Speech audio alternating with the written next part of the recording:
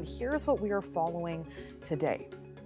Well, nearly 3 weeks after the tragedy at the Lapu Lapu Street Festival in Vancouver, today the city will be providing an update on the preliminary report, and that is looking into public safety of outdoor events, keeping in mind as we head into summer and more festivals will be happening.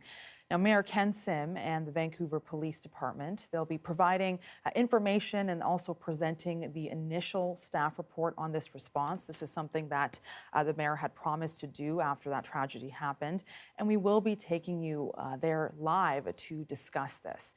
I just want to take a moment to have some background here on what happened. So, it was on April 26th where 11 people were killed and dozens more were injured after an SUV drove through the crowd. And what you're seeing right now is, of course, the memorial, the flowers, the candles, the way that people poured in condolences for this tragedy.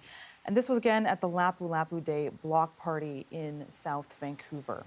Organizers had said that this festival was all about celebrating the contributions of the Filipino-Canadian community. It was what police had called the darkest day in the city's history. Witnesses there had told CBC News that it was like a war zone. Police said that these victims, they range from 5 to 65 years old. Memorials again lined on Fraser Street. I was there yesterday, just in this area, walking around and seeing what people had done, and all the flowers, all the stuffies, as you can see, all the notes of solidarity and being together. Now, when it comes to the suspect, Kaiji Adam Lowe, 30 years old, has since been charged with 8 counts of second-degree murder in connection with that incident. Lowe had also received mental health care from a Vancouver coastal health team, and Premier David Eby had said that the authority had described him as being compliant with his medication and having no history of violence. Now, what unfolded at this festival charged many calls to improve public safety. The provincial government has appointed a former Chief Justice to conduct a review of event safety measures and provide recommendations for future events following this Lapu Lapu Day incident. And of course, as I had mentioned earlier, the City of Vancouver as well. So it's committed to conducting its own internal review on an event safety. And festival organizers across Metro Vancouver and BC also said the tragedy will not stop people from gathering and celebrating this summer. So we just have word that the press conference is beginning now. Let's take you there live to Mayor Ken Sim. Good morning, everyone, and thank you for being here today. I do want to acknowledge that we're hosting today's press conference on the unceded territories of the Musqueam, the Squamish, and the Tsleil-Waututh First Nations, and I do want to thank them for their generosity and their hospitality and the love and care they show this land that we get to live, work, and play on.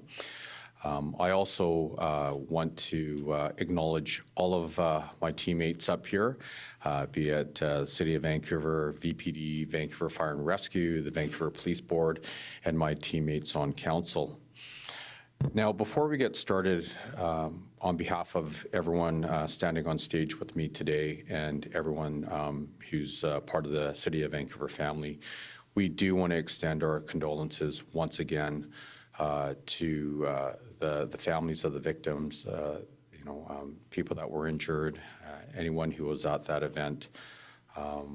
It was a pretty traumatic incident, and we know a lot of people are hurting and are suffering, and we just want to extend our thoughts and our love your way. Now, on April the 26th, our city experienced an unthinkable tragedy, one of the darkest days. In fact, I think it was the darkest day in Vancouver's history. Families and friends came together to celebrate culture and community, and instead they were met with devastation. 11 lives were lost that day, many more injured, and our city was left in mourning. And so in the wake of this tragedy, we knew we had to act.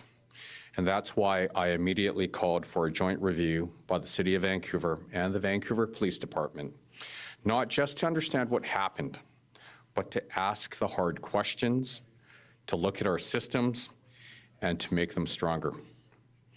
I asked for a preliminary report to be presented within 2 weeks. The report we're releasing today is just a first step, a factual overview of how public outdoor events are planned and permitted in our city, what planning was done ahead of the Lapu Lapu Day celebration, and what changes are already underway to enhance public safety. This review is also about learning and making immediate changes to keep people safe at public outdoor events, whether it's a block party, a parade, or a cultural celebration. Based on the info gathered and reviewed to date, the preliminary report shows that the proper safety processes were followed ahead of the Lapu Lapu Day festival. The event was well organized. All the right steps were taken, including multiple reviews, site walks, and coordination with first responders. But that doesn't mean that those steps were enough. And that's what this moment demands, a rethinking of how we assess risk, how we respond to emerging threats, and how we ensure people, no matter where they are in this city, feel safe gathering in public spaces. One of the most urgent challenges we now face is how to protect people from the growing threat of vehicles being used to cause harm. It's a very deeply unsettling reality, and it's forcing cities around the world to rethink what safety looks like in our streets, at our events, and in the public spaces that we all share. Immediate following the April 26th incident, our team at the city and the Vancouver Police Department quickly reassessed security. It's okay. Reassessed security for the Vancouver BMO Marathon. As a result, 2 additional heavy vehicle barriers, and 40 mobile vehicle barriers were deployed to strengthen protection along the route.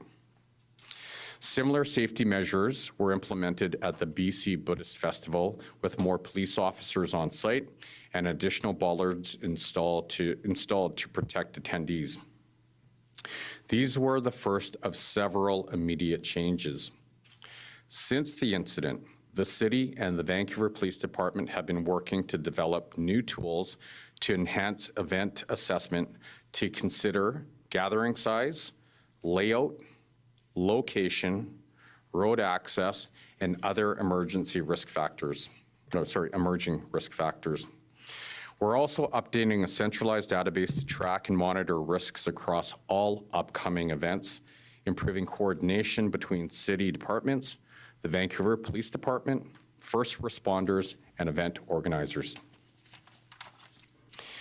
And to enhance on-the-ground safety, the Vancouver Police Department has invested in new mobile vehicle barriers, which are highly effective tools used in other cities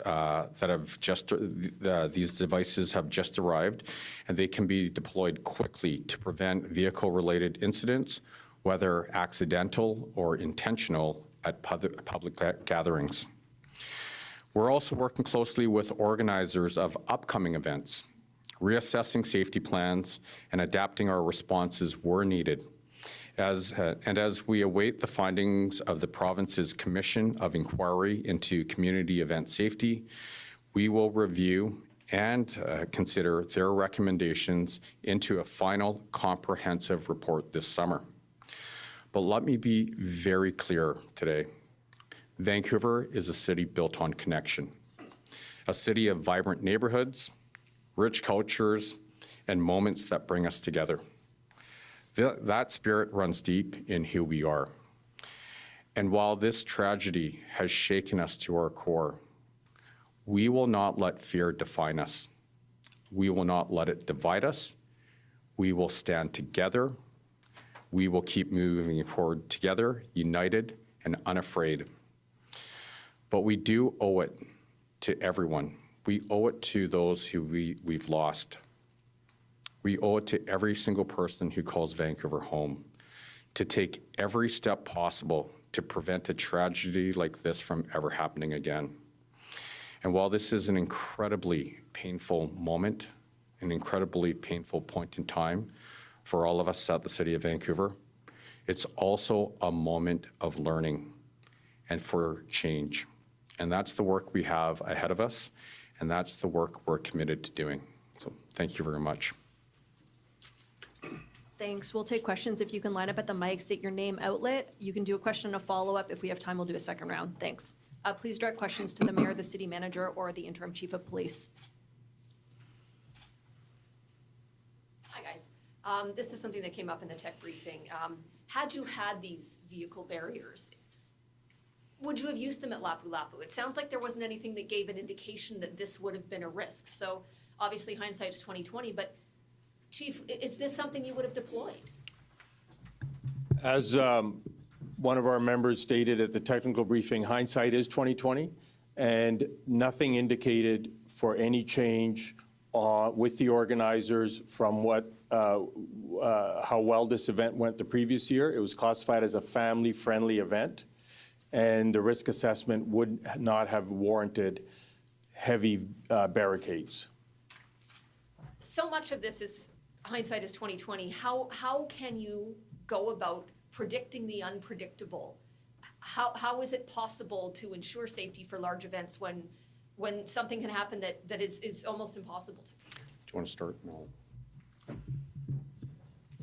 You can't be in the hearts and minds of every citizen anywhere in the world. We will look forward to seeing the recommendations. We are already working ahead of the recommendations on planning vigilance, and we're going to work hard to ensure every venue is safe, every patio, every through street is safe. And as the mayor said, we're a vibrant, diverse city, connecting neighborhoods, and we're going to ensure public safety for those events and continue to connect the city. You know, if I can just add to that, you're absolutely right. We cannot predict what's in the minds of every single individual, but we're not using that as an excuse as well. There are things that we can do to react to make this place safer, and that's what we did. And so you can look at what happened. Literally the next morning, there was the Vancouver Sun Run. There was a reassessment there. With the BMO Marathon, there was 2 heavy vehicle barriers and 40 mobile vehicle barriers as well. More policing at the Buddhist Festival. And we will continue to bridge that gap until the report comes out. Bonjour, Julie Landry, Radio-Canada. With that preliminary report, what are the changes imposed to the organizers of events right now? Immediate changes imposed? Are there any? Well, on the interim report, there is nothing that will be imposed on us. The final report and the provincial review or commission from the province could impose. And we'll obviously, our own city report, the recommendations will take on full value, but nothing has been imposed on us as of yet. And you said it in the place of there. What has changed for you at the VDP since then that you're self-imposing? Self-imposing is, where, regardless of the cost, if an organizer of a community event feels anxious or nervous and would like presence, we will have presence there. We will support the community and to help us get through this phase. So that's what.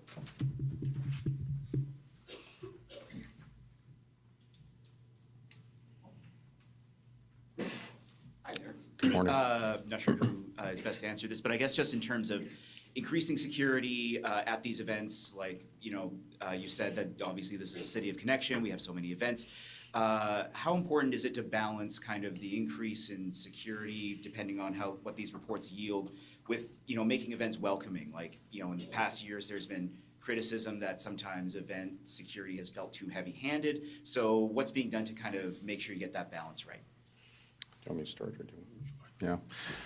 I'll let the acting chief talk about the actual security of it, but there has to be a balance.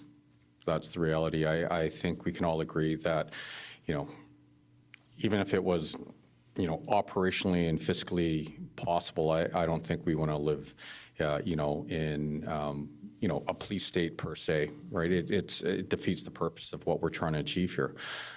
And we take public safety incredibly seriously. And so the onus is upon us to make sure that we do the right security assessments and, we strike a balance. And, that's what we'll continue to do. But let me be very clear as well. It was the darkest day in Vancouver's history. And I think, the city of Vancouver lost a bit of its innocence on April the 26th.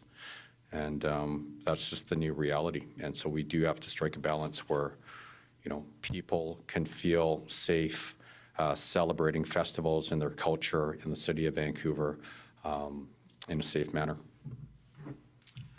Sure, the key word the mayor just used is balance, because 100% you're correct that there are community organizers that do not want a police presence, a heavy police presence. So balance is the key. That, technically that could mean anywhere from a wider perimeter. It could mean low visibility police presence. Lots of things where the organizer would be assured their safety without being imposing as a police state kind of feeling to it. With the rise of the far right, and there's just so much hatred right now towards certain communities, I'm just thinking of the upcoming Pride festivities. I'm curious if police are doing any kind of extra intelligence gathering, or if there'll be any additional kind of security measures for that particular event. Pride is one of the top 8, 9, 10 events that we deploy very robustly for. I mentioned earlier in another briefing, Visaki's like that, and some of the other bigger parades. So 100% there'll be extra resources, energy put into collecting intel if there's anything indicated that we need to up our resources, which will already be at a very high level. And Jen, just on that as well, I want to be very, very clear as well. Pride is incredibly important. It's a beautiful community, one full of love, and the last thing they should worry about is, public safety. So I know I speak for all of City Council. We will be there, and we'll be supporting public safety initiatives, and the community won't have to worry. They'll be able to celebrate. All right, thank you. Just to speak to the risk profile of the event itself, Acting Chief, could you maybe explain what VPD did respond to that day prior to the incident at the close of the festival? I understand it was 2 very kind of minor events. What you're referring to is earlier on, some weeks ago, so in that district, we have 4 districts in the city. That's District 3. At any one time in any district, there's probably over 50 officers already deployed doing general patrol duties. So and when this incident occurred, this tragedy occurred, we were there within 90 seconds, 2 minutes, very quickly, because we had officers in those neighborhoods. And part of the daily duties outside of this event, they assisted in the area. And I believe there was a few incidents. One was helping, there was a lost child, and somebody had forgotten where they had parked their car, so our members assisted the person. So we were there. We're always there in every neighborhood, in every district. Thanks. And so you've promised to deploy members if any organizer says they want a presence this summer. Do you have the staffing and the budget to do that? What I'm saying is, if there's a community event where the organizers do not feel assured and have concerns, we will address it either through attendance, increased patrols, some sort of equipment. But our goal is to help the city get through this with confidence, and in this period of assurance, we're going to do everything we can to support the neighborhoods, family events, bringing the community together. So we'll be there. Sorry, just to clarify, like you are going to screen these requests. You're not just going to have a blanket deployment at any That's right. festival. That's right. We'll screen them. We'll work with the organizers, as was mentioned earlier. Not everyone wants the police at their event, and we're going to respect that.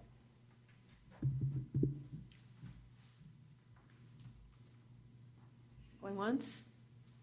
Going twice? Okay, that's a wrap today. If anyone needs further questions or follow-up, media@vancouver.ca or media@vpd.ca. You should have the info bulletin in your inboxes. Thanks for coming today. Have a good one.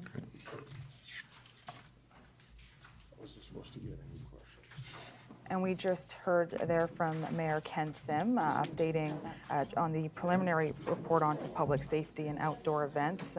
Sim had said that in the wake of this tragedy, officials knew that they had to act fast, and we also know that this includes updating a database for city departments. Vancouver Police Department also said that it's investing in new mobile barriers, and the city will look for more recommendations to finalize that report as well.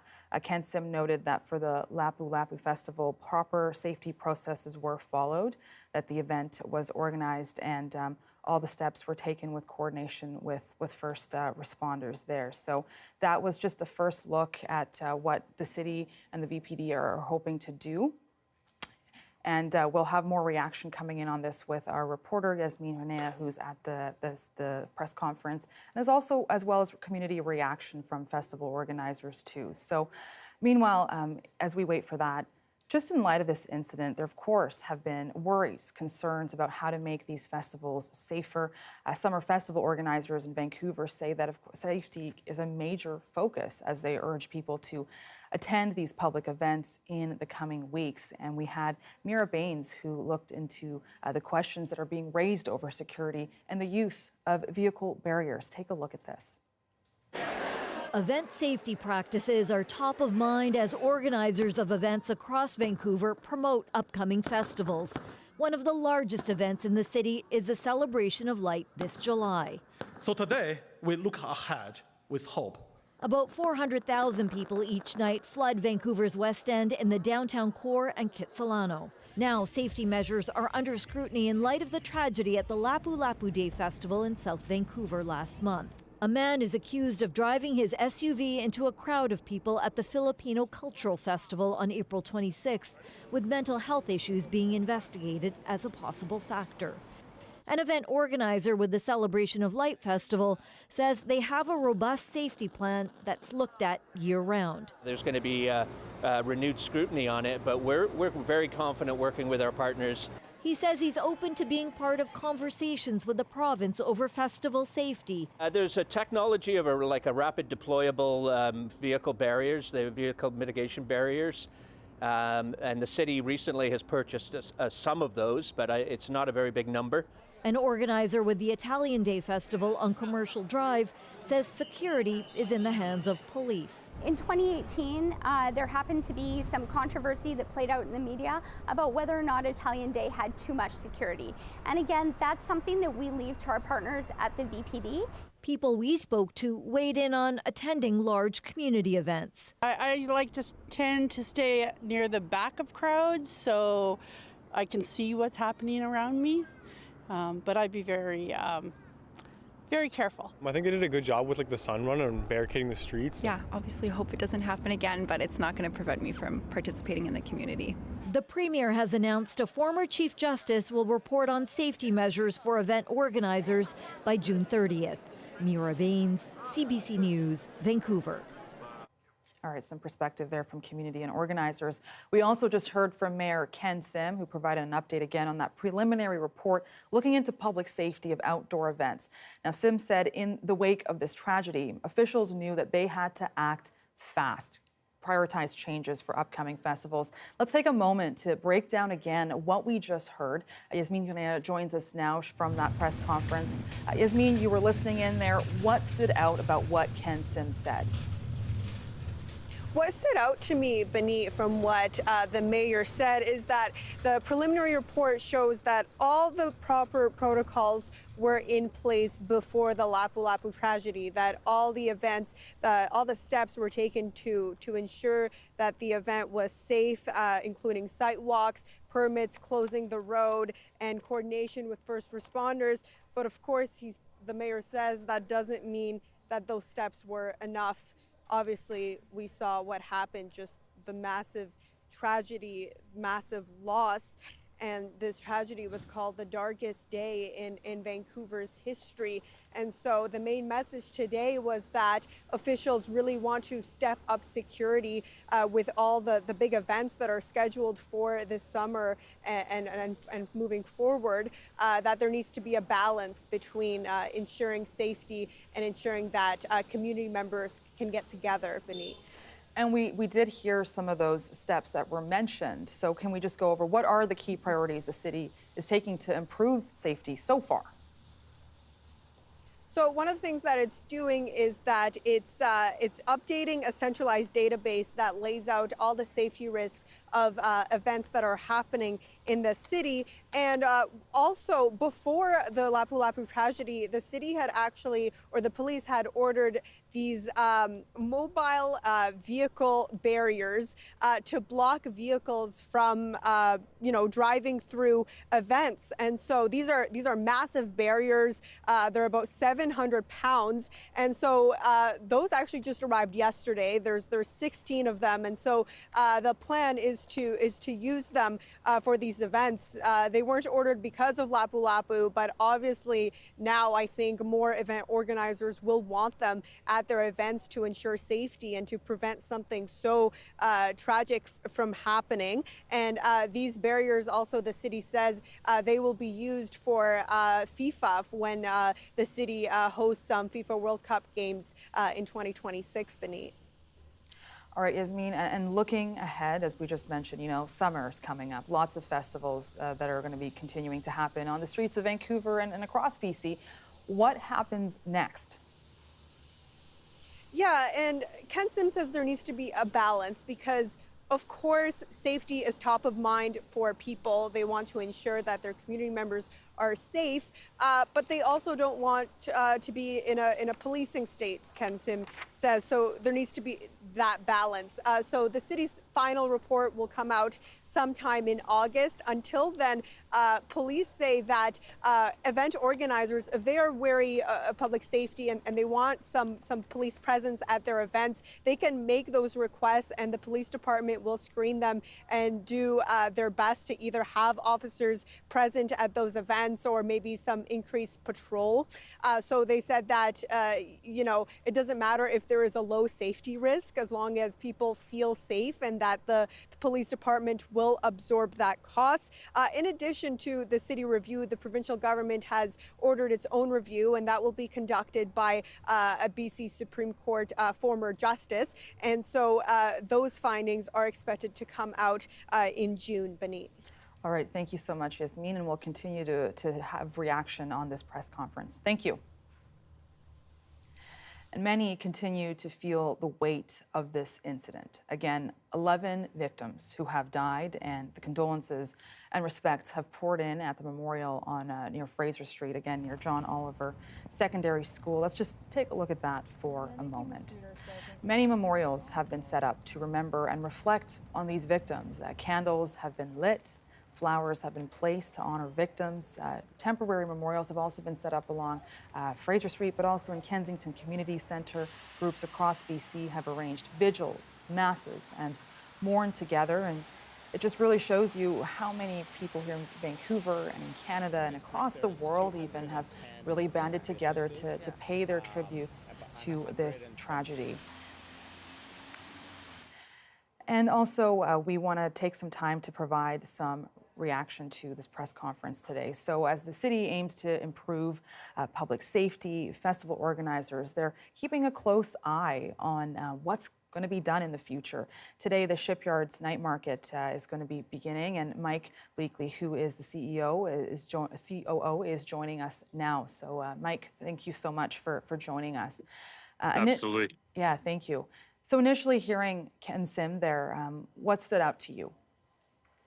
To be honest, I haven't been briefed on his statement. I've been busy setting up our event here. We're on site early in preparations of our security upgrades.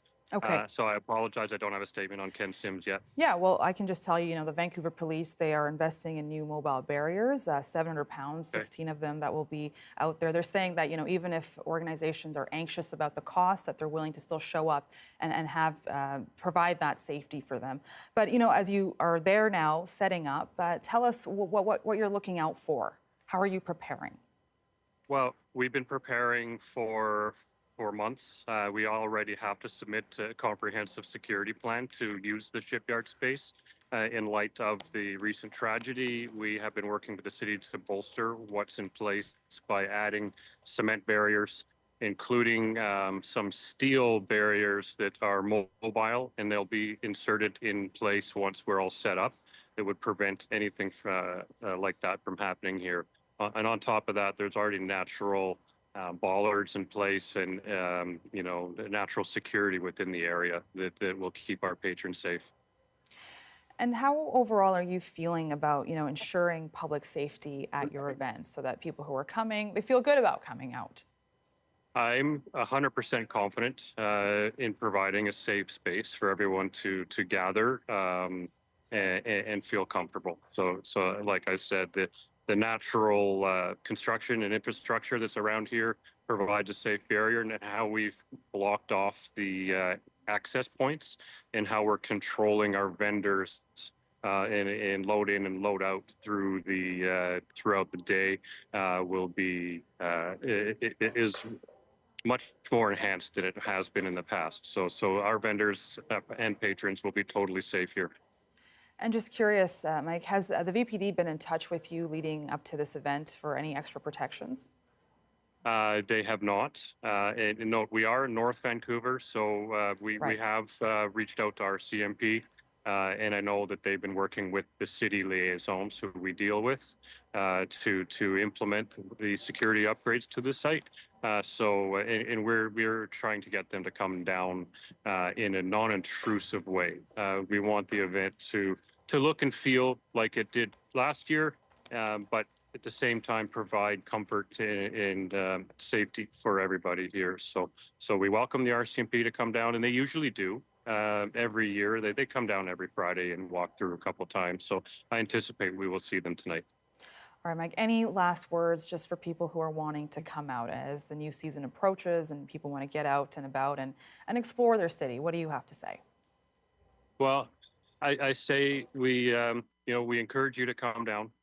We can vouch for the safety and the upgrades of this area, and we have to enjoy ourselves. So patrons need to just get out there and not live in fear.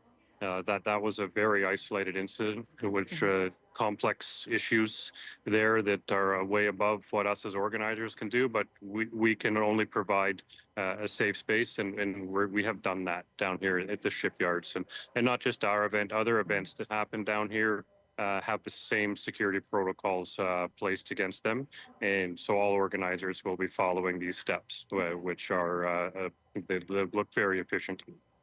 Mike, it was so great to hear from you. Thank you so much for your time and insight into this. Take care. Absolutely. Thank you. And if you are just joining us now, we've been hearing from Mayor Ken Sim and the VPD providing that update on the preliminary report looking into public safety of outdoor events. This was in the wake of the Lapu Lapu Day tragedy. And here's what else we're keeping an eye on today. So in a show of across-the-aisle support, BC's health minister and a BC Conservative MLA, Eleanor Storko, they're cooperating over changes to BC's mental health system. They're both backing a private member's bill aimed at preventing suicides, where hospitals are required to provide notice to a family member before a patient is released. And Eleanor says this was influenced by gaps in the system. In some high-profile cases, the person went on to die by suicide shortly after being discharged. We have found, common ground, and government has agreed we're going to move forward with developing a standalone policy document that helps provide more clarifications around engagement and communication with family members on admissions and discharge, and undertake the right consultation that needs to be done, of course, with First Nations, Indigenous peoples, and with service providers and others, and do that important work. Health Minister Josie Osborne says changes will be made requiring better communication between healthcare teams and patients who are being supervised under the Mental Health Act.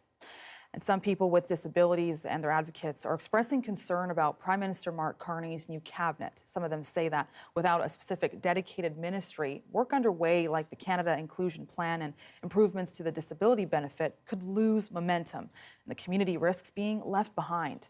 All of the concerns for people with disabilities in Canada are going to be done off the side of someone's desk, which we know, given the mandates, that's not necessarily going to happen, and we're just going to go backwards.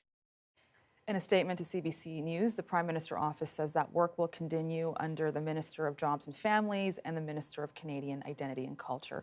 Thank you so much for joining us. For more on this, you can go to our website, cbc.ca/BC. We'll see you soon.